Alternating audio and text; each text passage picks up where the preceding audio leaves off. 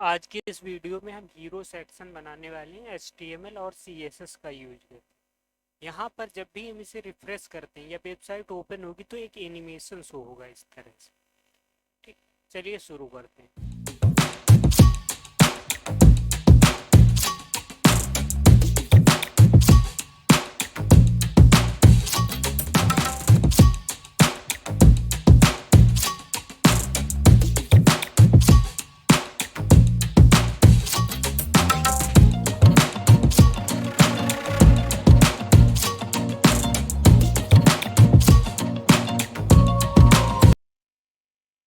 अब हम अपने कोड एडिटर में आ चुके हैं। यहाँ पे हमारे पास दो फाइलें हैं।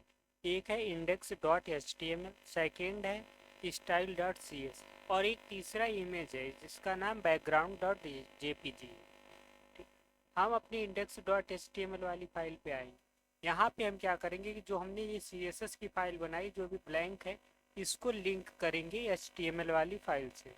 तो इसको हम लिंक कर रहे हैं। ठीक, इसे हमने लिंक कर लिया है style.css को। इसके बाद में हम यहाँ पे HTML में कंटेंट को बनाने वाले। सबसे पहले एक हमने डिवीजन ली। डिवीजन में हमने क्या किया कि एक आईडी दी, आईडी का हमने नाम दिया हीरो। ठीक, इसके बाद में एक दूसरी डिवीजन ली जिसको हमने क्लास नेम दिया एक कंटेंट। इस कंटेंट के अंदर एक हम हेडिंग लेंगे जिसमें हम लिखेंगे कि आई एम योर नेम, अपना नाम लिख सकते हो यहाँ पे। इस तरह से एक हमने हेडिंग बना। ठीक, इसके बाद में एक हम पैराग्राफ देने वाले हैं। पैराग्राफ देंगे जिसमें हम लिखेंगे कि I am a web developer dedicated to crafting dynamic cum responsive websites, explore my projects to see how I blend creativity with technical skills. ठीक, इसके बाद में आगे और लिखते हैं to build seamless digital experiences, कि हम इस तरह से हमने यहाँ पे लिख दिया। और तीसरा हम बनाने वाले हैं एक बटन। बटन इसमें हम क्या करेंगे कि एंकर टैग लेंगे। एंकर टैग को हमने हैज वर्क कर दिया, जो हमारी वर्क सेक्शन होगी उससे हमने लिंक भी कर दिया है। ठीक, और यहाँ पे डाल दिया अवर वर्क। इतना करने के बाद में हम क्या करेंगे कि अपनी CSS फाइल पे चलेंगे और यहाँ पे अगर इसका आउटपुट देंगे हमें इस तरह से आउटपुट दिखाई देगा। सिंपल सा जो भी हमने टेक्स्ट लिखा है वो यहाँ पे आ रहा है। अब हम क्या करने वाले हैं कि जो हम CSS फाइल है उसमें आए, हम आईडी को सिलेक्ट करने के लिए हैज का यूज करते हैं। वहां पे हमने आईडी दी थी हीरो। हीरो तो मतलब हैज हीरो से हम CSS में उसे सिलेक्ट करेंगे। उसके अंदर हम क्या कर सकते हैं कि हैज हीरो, और उसके अंदर हम एक बैकग्राउंड इमेज देंगे। बैकग्राउंड कलर नहीं, बैकग्राउंड इमेज यहाँ पे दे रहे। URL लेंगे। URL के अंदर हम चाहें तो किसी वेबसाइट की URL को डाल सकते हैं, जैसे कोई इमेज की URL है उसे भी डाल सकते हैं। अगर हमारे पास इमेज डाउनलोडेड है तो हम उस इमेज का पाथ डाल देंगे यहाँ पे, जैसे background.jpg। background.jpg डालने पे क्या होगा कि इसका आउटपुट जो बैकग्राउंड में इमेज आ जाएगी।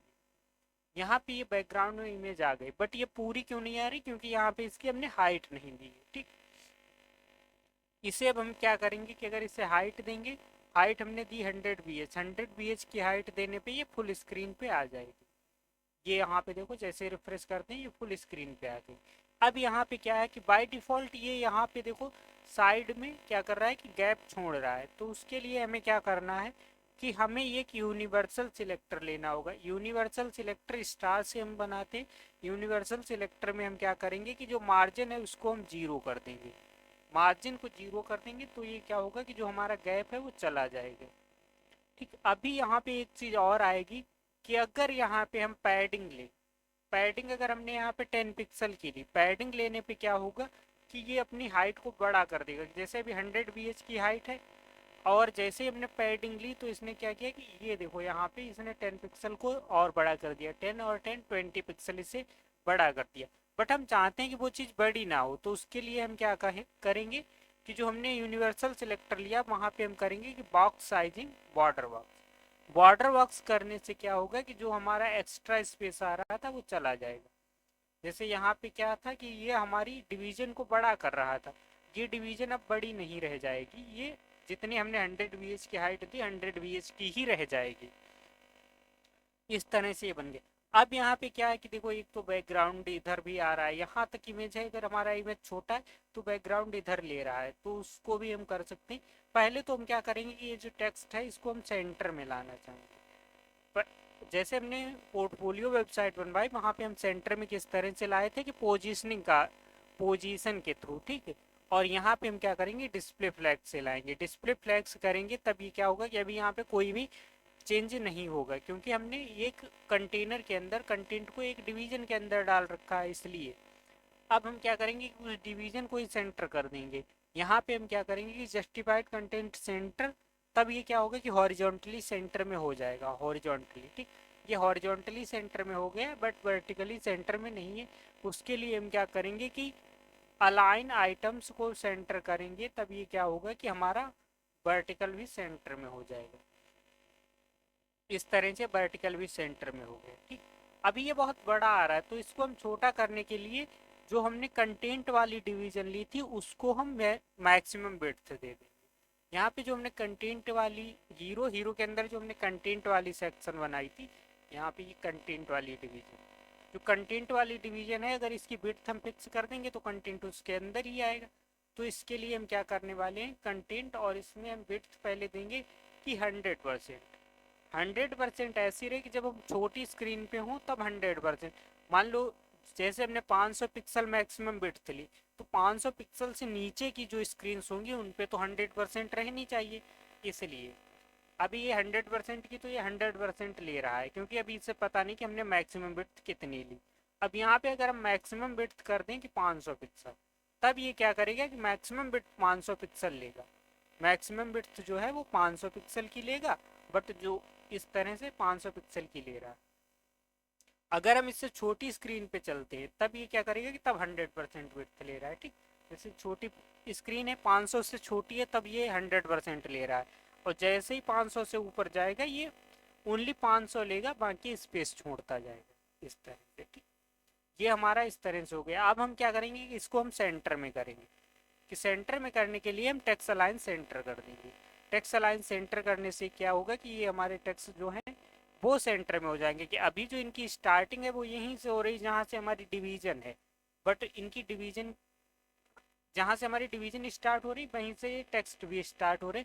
तो अब हम टेक्स्ट को सेंटर में करेंगे, ठीक। पहले हमने डिवीजन को सेंटर में किया, अब हमने टेक्स्ट को सेंटर में कर दिया, इस तरह से। अभी ये देखने में हमें बहुत अच्छे नहीं लग रहे हैं, कि अगर इनका कलर भी चेंज करें तब भी नहीं सही लगेंगे, क्योंकि ये इमेज जो है, इमेज के अंदर ये हाइड हो रहे हैं हल्का सा। ऐसे देखो तो ये ब्लैक से ब्लैक पे हाइड हो रहा है, इस तरह से। तो इसके लिए अगर हम यहाँ पे क्या करें कि बैकग्राउंड कलर, बैकग्राउंड रिपीट, जो हमारा क्या है कि अभी जैसे कि बैकग्राउंड जो है वो हमारा रिपीट हो रहा है, इस साइड में ये रिपीट हो रहा है, यहाँ से यहाँ तक इमेज है, इमेज खत्म, छोटी पड़ रही तो इसने बैकग्राउंड को रिपीट कर दिया। उसको हटाने के लिए हम क्या करेंगे कि बैकग्राउंड रिपीट को नो रिपीट करेंगे, वो रिपीट ना हो। तब ये क्या करेगा कि जितनी हमारी इमेज है उतने पे ही इमेज को रखेगा, और इधर का इसने क्या किया, बाइट कर दिया। तो इसको फिक्स करने के लिए हम क्या करेंगे कि बैकग्राउंड साइज को करेंगे। बैकग्राउंड साइज को हम क्या कर देंगे कि कवर, इसको ये कवर करना चाहिए, कि जो हमारी डिवीजन है उसको कवर करना चाहिए इमेज, ठीक। अब इसने क्या किया कि इसे इमेज को बड़ा कर दिया और इसे कवर कर लिया। इसके बाद हमें अगर यहाँ पे कलर इसका चेंज करें, कलर इसका वाइट दे दें टेक्स्ट का, तब भी क्या होगा कि ये टेक्स्ट जो है वो वाइट हो जाएंगे, बट तब भी अच्छे से शो नहीं होंगे, क्योंकि यहाँ पे ब्राइटनेस आ रही है, इमेज की ब्राइटनेस तो मैच हो रही। अब हम क्या करने वाले हैं कि एक यहाँ पे जो हमने ये बनाई है, हीरो बनाया है, हीरो का ही एक एलिमेंट, मतलब स्यूडो एलिमेंट बना ले। स्यूडो एलिमेंट बनाने के लिए हीरो और आफ्टर, यहाँ पे देखो अगर हम ये कॉलन को एक बार यूज करते हैं तो वो क्या होता है कि क्लास बनता है, अगर दो बार यूज करते हैं तब ये एलिमेंट बनता है, मतलब एक फेक एलिमेंट बनता है जिसे हम स्यूडो एलिमेंट बोलते हैं। स्यूडो एलिमेंट बना, यहाँ पे इसने क्या किया कि जिसे हम HTML में नहीं देते, ये CSS में ही बन जाता है। और यहाँ पे हम सबसे पहले देंगे कंटेंट, कंटेंट को हम ब्लैंक रखेंगे, ठीक। ब्लैंक रखेंगे, उसके बाद में हम इसको क्या पोजीशन दे सकते हैं, पोजीशन एब्सोल्यूट देंगे। और यहाँ पे हम क्या करेंगे कि विड्थ हमने क्या कर दी कि 100% और हाइट 100% दी। उसके बाद में हमने क्या किया, बैकग्राउंड कलर अगर हम यहाँ पे ब्लैक दी, बैकग्राउंड कलर अगर इसे ब्लैक देते हैं तो जो हमारा ये इमेज है इसके ऊपर एक बैकग्राउंड आ जाएगा ब्लैक कलर का, ठीक, ब्लैक कलर का आ जाएगा। अब ये सिक्स डिजिट का तो ये कलर कोड है। इसके बाद में जो हम लिखेंगे वो ट्रांसपेरेंसी होगी, जो 0.00 से लेके एफ डी तक जाती है, ठीक, एफ डी जो होता है वो लास्ट होती है ट्रांसपेरेंसी को। तो अगर यहाँ पे हम करें कि 09, तो ये क्या करेगा कि बैकग्राउंड कलर जो अभी ब्लैक है ये हल्का सा आएगा, बिल्कुल इमेज था उसके ऊपर हल्का ब्लैक कलर आ रहा है, ठीक। अब इसे अगर और डार्क करना है तो इस तरह से हम करेंगे, अगर 9 करें तब भी क्या होगा कि थोड़ा ही इस पे फर्क पड़ेगा, थोड़ा सा इफेक्ट पड़ा, ठीक, अभी थोड़ा सा और पड़ा इफेक्ट। अब अगर इसे हम और करें क्या कि जो 1 था उसकी जगह पे हम 8 9 करते हैं, अगर 8 9 करते हैं तब ये हमारा किस तरह से हो जाएगा, किस तरह से ये बहुत जैसे डार्क कर दिया इसने, ठीक। इस तरह से ये डार्कनेस को हम कंट्रोल कर सकते हैं। इसी तरह से हम और भी ले सकते हैं कि अगर 9 9 करें तो थोड़ा और डार्क इसके ऊपर आ जाएगा, ठीक, इसके ऊपर डार्कनेस को हम बढ़ा सकते हैं, इस तरह से ये डार्कनेस आ गई। अगर हम C9 करते हैं तो इसकी डार्कनेस को और ज़्यादा बढ़ जाएगी, ठीक। बट यहाँ पे देखो एक कलर जो ये जो हमारे टेक्स्ट हैं वो छिप रहे हैं पीछे, वो अभी हम बाहर लाएंगे, ऊपर लेके आएंगे इसे। पहले हम यहाँ पे क्या करते हैं कि जेड इंडेक्स देते हैं, जेड इंडेक्स बन देंगे, जिसका जेड इंडेक्स ज़्यादा होता है वो ऊपर आता है, ठीक। जैसे हमने जो हीरो है, हीरो सेक्शन, इसको हमने जेड इंडेक्स दिया ही नहीं, यहाँ पे हमने जेड इंडेक्स वन दे दिया, मतलब जो इमेज होगा यहाँ पे हमने इमेज लगाया था, इमेज के ऊपर ये कलर आएगा, क्योंकि हमने यहाँ पे जेड इंडेक्स से वन दे दिया। वैसे भी आ रहा था क्योंकि एब्सोल्यूट किया था तो वैसे भी आ रहा था, बट इस तरह से भी आएगा। अब ये इमेज के ऊपर ही रहेगा कि किसी भी सिचुएशन में ये इमेज के पीछे नहीं जाएगा। नहीं तो क्या होता है कि किसी किसी ब्राउजर में ये इमेज के पीछे चला जाएगा तो हमें इमेज दिखाई देता है, और जो बैकग्राउंड कलर हम देते हैं स्यूडो एलिमेंट का यूज करके वो नहीं आता है। इसलिए यहाँ पे अब हम क्या करने वाले हैं कि जो हमने कि कंटेंट वाला सेक्शन बनाया, अगर इसका जेड इंडेक्स 2 कर दें, यहाँ पे इसका 1 है और जिस जेड इंडेक्स इसका 2 कर दें तो ये इससे ऊपर आ जाएगा, ठीक। और जब हमने यहाँ पे पोजीशन एब्सोल्यूट किया तो पोजीशन रिलेटिव यहाँ पे भी देना होगा, कि जो हमने हीरो सेक्शन बनाई थी तो हीरो एलिमेंट जो हमने बनाया था उसको हम रिलेटिव करेंगे कि तो वो उससे रिलेटेड ही रहे, कि अगर हम जूम भी करें तो वो एक दूसरे से अलग ना जाए, इसलिए ये हमने किया, ठीक। अब हम कंटेंट वाला है उसको क्या करेंगे कि जेड इंडेक्स 2 दे देंगे, जेड इंडेक्स यहाँ पे हमने 2 दिया तो हमारा जो कंटेंट पीछे था अभी इसके, ये पीछे है इसीलिए दिखाई नहीं दे रहा है, हल्का दिखाई दे रहा है। अब ये क्या करेंगे कि आगे आ गया, उसकी इमेज हमें हल्का दिखाई दे रहा है, ये हमारा आगे आ गया।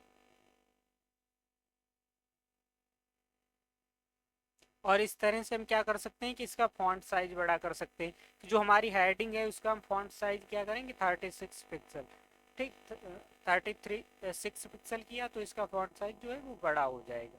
और इसी तरह से हम पैराग्राफ का कर सकते हैं, पैराग्राफ का करेंगे उसके लिए पी टैग लेंगे, पी टैग का हम कर देते हैं 20 पिक्सल, 20 पिक्सल करने पर इसका भी फॉन्ट साइज जो है वो बड़ा हो जाएगा। और यहाँ पे एक चीज़ और हम करेंगे कि गैप क्रिएट करना है, देखो हमारे पास एक हेडिंग है ऊपर और एक बटन है नीचे, तो अगर हम इसको बीच वाले एलिमेंट को जो पी टैग है, पी टैग को ही अगर मार्जिन दे दें तो वो दोनों साइड मार्जिन बना लेगा, ठीक। तो इसके लिए मार्जिन क्या देने वाले हैं, मार्जिन हमने दिया 20 पिक्सल, अभी तो ये चारों साइड लेगा, अगर हम इसका राइट का मार्जिन 0 कर दें तब ये क्या करेगा कि राइट का मार्जिन इसका 0 हुआ, टॉप और बॉटम का मार्जिन 20 पिक्सल ले लेगा इस तरह से, ठीक। यहाँ पे इसने इस तरह से मार्जिन ले लिया। अब तीसरा तीसरा जो हमारा एलिमेंट है एंकर टैग, इसमें एंकर टैग को हम क्या करने वाले हैं कि चलो वो डार्क था, जैसे बहुत ज़्यादा डार्क था तो इसको थोड़ा हम चेंज कर रहे हैं कि हमने C9 थोड़ा ज़्यादा डार्क था तो हमने A9 लिया, A9 पे ये थोड़ा हल्का हो जाए, A9 पे हल्का हो गया इस तरह। अब हम यहाँ पे क्या करेंगे कि जो हमारा एंकर टैग है एंकर टैग के लिए भी कर सकते हैं।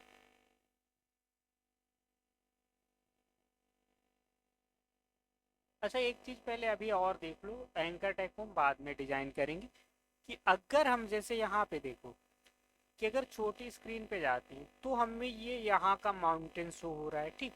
बट अगर जैसे ही हम इसका साइज इंक्रीज करते हैं तो ये माउंटेन क्या होगा कि जो हमारा टेक्स्ट है वो एक साइड जा रहा है और माउंटेन एक साइड से बढ़ता हुआ आ रहा है, ठीक। इस तरह से अब ये इधर जा रहा है, इस तरह से ये डिफरेंस हमें देखने को मिल रहा है। जब हम छोटी स्क्रीन पे होंगे तो हमें कहीं का मतलब माउंटेन कहीं दूसरी पोजीशन माउंटेन की हमें दिखाई दे रही है, बट अगर हम बड़ी स्क्रीन पे होते हैं तो माउंटेन की पोजीशन हमें दूसरी दिखाई देती है। तो इसको फिक्स करने के लिए हम क्या कर सकते हैं, बैकग्राउंड पोजीशन को कर सकते हैं। बैकग्राउंड पोजीशन को अगर हम क्या करें कि सेंटर कर दें, सेंटर कर दें या टॉप कर दें, जहाँ की हमें पोजीशन चाहिए वहाँ की। हमें इस इमेज में चाहिए सेंटर की पोजीशन, क्योंकि जहाँ पे हमारा इस तरह से टच है हम चाहते हैं कि यही वाली पोजीशन हमें मिले हर स्क्रीन पे। तो इस तरह से हमने किया कि इस पोजीशन पे हमें चाहिए टेक्स्ट अपना। तो अब अगर हम इस छोटी स्क्रीन पे भी जाएं तो लेफ्ट और राइट का तो माउंटेन हटेगा बट सेंटर का माउंटेन वहीं पे रहेगा। ये सेंटर वाली जो इमेज की पोजीशन है वो वहीं पे रहेगी।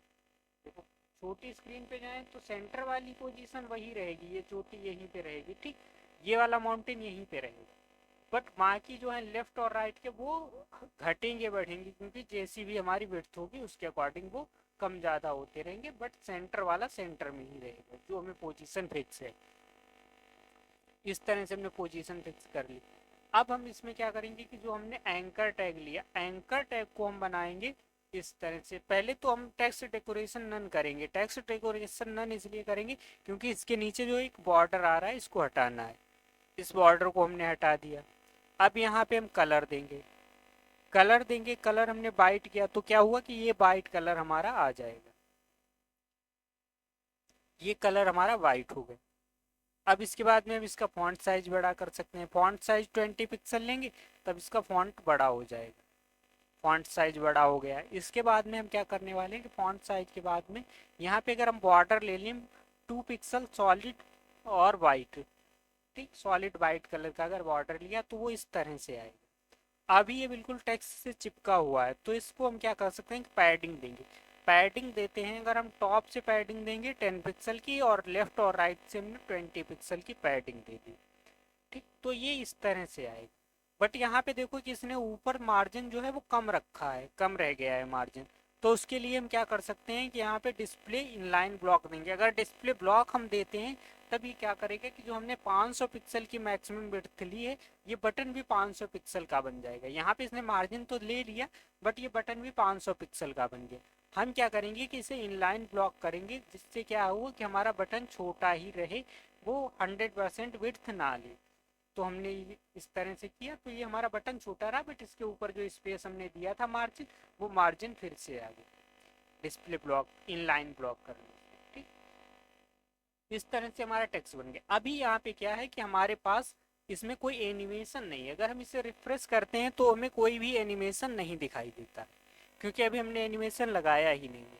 तो एनिमेशन लगाने के लिए अभी एक चीज़ और देख लो, एनिमेशन नहीं, अगर हम यहाँ पे हॉवर करें तो इसका कलर चेंज होना चाहिए। हॉवर करने के लिए तो हम यहाँ पे क्या करेंगे कि जो हमारा एलिमेंट एंकर टैग है एंकर, ठीक, उसके ऊपर हॉवर करने पे इसका बैकग्राउंड कलर ब्लू हो जाना चाहिए।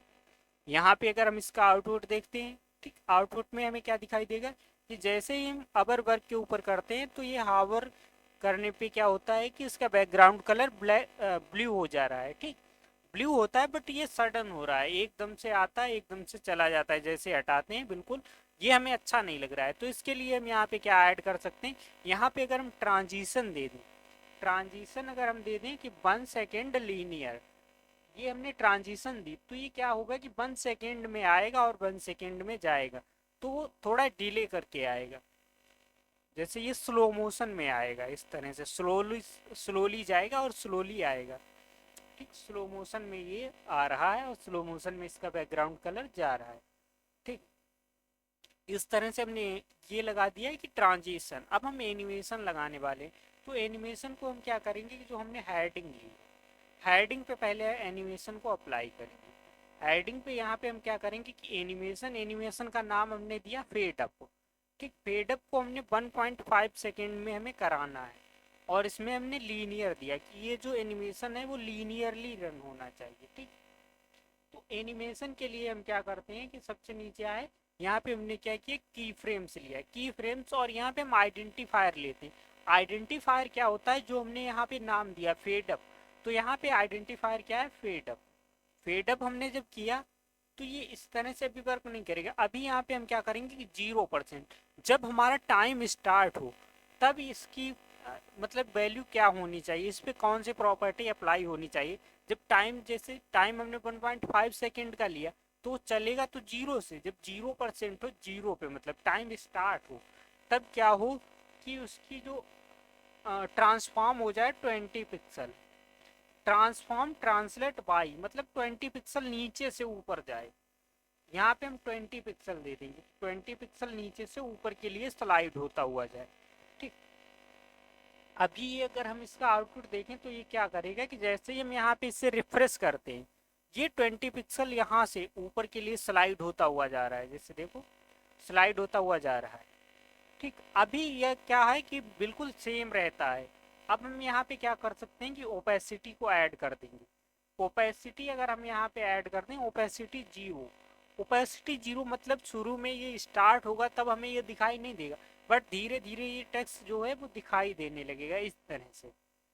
अगर इसका आउटपुट हम फिर से रिफ्रेश करते हैं, देखो ये पहले तो बिल्कुल हल्का होता है टेक्स्ट, और जैसे ऊपर जाता है टाइम बढ़ता जाता है उस तरह से डार्क होता चला जाता है। ठीक, इस तरह से, इस तरह से। अब हम इसी तरह से क्या कर सकते हैं कि ये स्टार्ट तो हो गया, मान लो अब इसका एंड तो है नहीं, तो हम इसे एंड कराएंगे 100% पे। 100% इसे कर देंगे कि, और यहाँ पे जो इसका 20 पिक्सल है उसको हम 0 कर देंगे, क्योंकि हमने यहाँ पे कॉपी किया है ऊपर से 0, और ओपेसिटी को बंद कर देंगे कि अगर किसी ब्राउजर में ना सपोर्ट करे तो वो इस तरह से हम 100% पे उसकी ओपेसिटी को बंद कर दें। ठीक, अब ये क्या होगा कि इसी तरह से जाएगा, वो उसी तरह से वर्क कर रहा है। अब यहाँ पे हम क्या कर सकते हैं कि जो हमने एलिमेंट बनाए थे, एक पैराग्राफ बनाया था और एक बटन बनाया था, तो पैराग्राफ के लिए भी हम इसको एनिमेशन को ऐड कर सकते हैं। उसके लिए हमें क्या करना होगा, इस एनिमेशन को कॉपी करना होगा और हमें इस पी टैग के अंदर डालना होगा। यहाँ पे हमने क्या किया कि इसे 1 सेकेंड कर दिया, क्योंकि हम इसे थोड़ा और जल्दी कराना चाहते हैं, इस तरह से ये थोड़ा और जल्दी हो जाए। ठीक, अब हम पैराग्राफ वाले में क्या करेंगे कि पैराग्राफ वाले में इसे हम ऐड कर रहे हैं 1 सेकेंड पे। 1 सेकेंड पे ये बिल्कुल साथ में चलेंगे, दोनों एक साथ जा रहे हैं। ठीक, दोनों की स्टार्टिंग एक साथ हो रही है, एक साथ एंड हो रहा है। तो इसका हम टाइम बढ़ा सकते हैं दूसरे का अगर हम यहाँ पे टाइम कर दें 2 सेकेंड, तो क्या होगा कि पहले वो शो हो जाएगा पूरा, उसके बाद में दूसरा एंड होगा। स्टार्ट तो साथ में ही होंगे, वो एंड अलग अलग टाइम पे होंगे। ठीक, इनकी स्पीड अलग रहेगी। इसी तरह से हम तीसरा वाला जो है बटन हमारा, उसको भी करा सकते हैं एंकर है। तब इसके अंदर हम यहाँ पे क्या करेंगे कि इसके अंदर भी एनिमेशन को ऐड कर देंगे, और यहाँ पे हम क्या करेंगे 3 सेकेंड देंगे कि मैं मतलब पहले हमारी हेडिंग शो हो जाए पूरा कंप्लीटली, उसके बाद में ये पैराग्राफ, उसके बाद में बटन।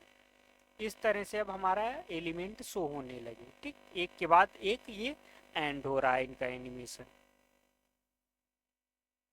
इस तरह से हमने एनिमेशन लगा। अब यहाँ पे जैसे कि छोटी स्क्रीन के लिए तो ये साइज अच्छा है कि फॉन्ट साइज जो है वो सही है। अगर हम इससे बड़ी स्क्रीन पे फॉन्ट साइज बड़ा करना चाहें तो उसके लिए हम क्या करेंगे कि यहाँ पे हम मीडिया क्यूरी का यूज करेंगे। जैसे हमने add media screen and minimum width जो हम लेंगे वो 700 पिक्सल की। 700 पिक्सल से बड़ी स्क्रीन पे क्या हो कि हीरो के अंदर कंटेंट, और कंटेंट के अंदर जो हमारा H1 है उसका फॉन्ट साइज क्या हो 44 पिक्सल का, 44 पिक्सल का कर देते हैं। तो उसका क्या होगा कि जो हमारा ये टेक्स्ट है हेडिंग वाला वो थोड़ा बड़ा हो जाएगा बड़ी स्क्रीन के लिए। ठीक, ये 44 पिक्सल का हो गया। इसी तरह से अब हम क्या कर सकते हैं कि जो हमारे ये टेक्स्ट है इसको भी बड़ा कर सकते हैं। इसको बड़ा करने के लिए हम क्या करेंगे कि हीरो के अंदर कंटेंट, और कंटेंट के अंदर पी टैग को हम क्या करेंगे फॉन्ट साइज 24 पिक्सल का कर देंगे। 24 पिक्सल का करने पे ये जो हमारा टेक्स्ट है ये भी थोड़ा बड़ा हो गया। ठीक, इस तरह से ये बड़ा हो गया। बट अभी यहाँ पे जो बटन है उसके टेक्स्ट छोटे हैं, तो उसको बड़ा करने के लिए जब हमें सेम वैल्यू देनी होती है तो हम क्या करेंगे कि एक कामा लगाएंगे। कामा लगा के हीरो के अंदर कंटेंट के अंदर एंकर टैग। इससे क्या होगा कि सेम फॉन्ट साइज दोनों को हमारा मिल जाएगा। अब जैसे हम इस पे करते हैं, देखो सेम इसका भी 24 पिक्सल और इसके अंदर जो आवर वर्क लिखा है ये भी 24 पिक्सल का हो गया।